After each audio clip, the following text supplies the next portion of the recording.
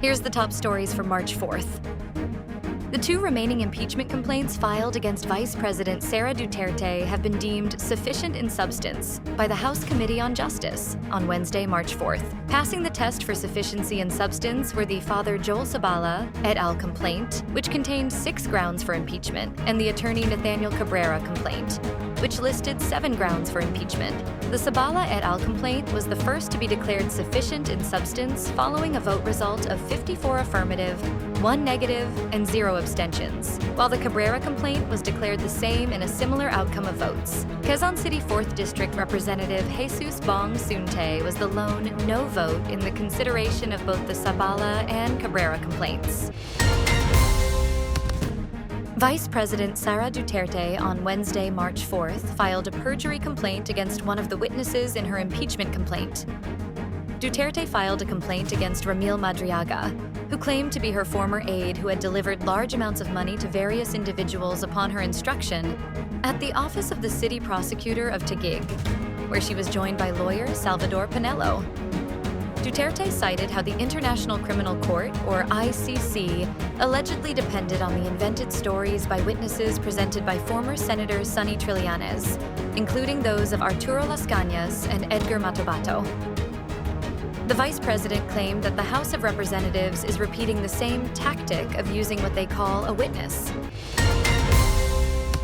Palace press officer Claire Castro said the controversial remark made by Quezon City 4th District Representative Jesus Bong Suntay about actress Ann Curtis could fall under the Safe Spaces Act, stressing that publicly expressing sexual fantasies about a particular woman may constitute a sexual innuendo punishable under the law. Castro said this after Suntay compared a supposed threat by Vice President Sara Duterte against President Marcos to him imagining things after seeing the actress in a commercial establishment. She explained that private thoughts may not constitute a crime, but expressing such fantasies publicly changes the situation. Castro also said she was offended by the remark as a woman, particularly because it appeared to frame sexual fantasies about women as a compliment.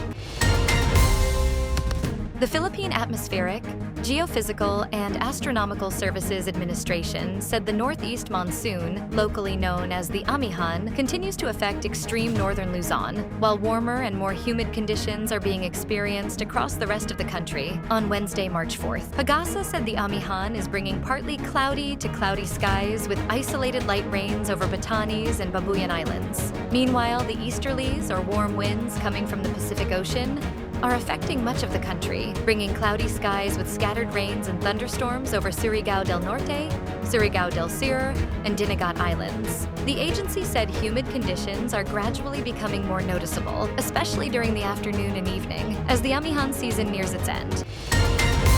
Explosions sounded in Iran's capital city on Wednesday, March 4th, as its war with the U.S. and Israel entered a 5th day following earlier strikes on an Iranian nuclear site and retaliatory strikes by the Islamic Republic across the Gulf region. The explosions around Tehran came as dawn broke, according to Iran's state television, while Israel's military said its air defenses had been activated to intercept Iranian missiles, and explosions were heard around Jerusalem. 5 days into a war that U.S. President Donald Trump suggested could last a month or longer, nearly 800 people have been killed in Iran, including some Trump said he had considered as possible future leaders of the country. Stay updated with the latest news. Visit our website at www.mb.com.ph.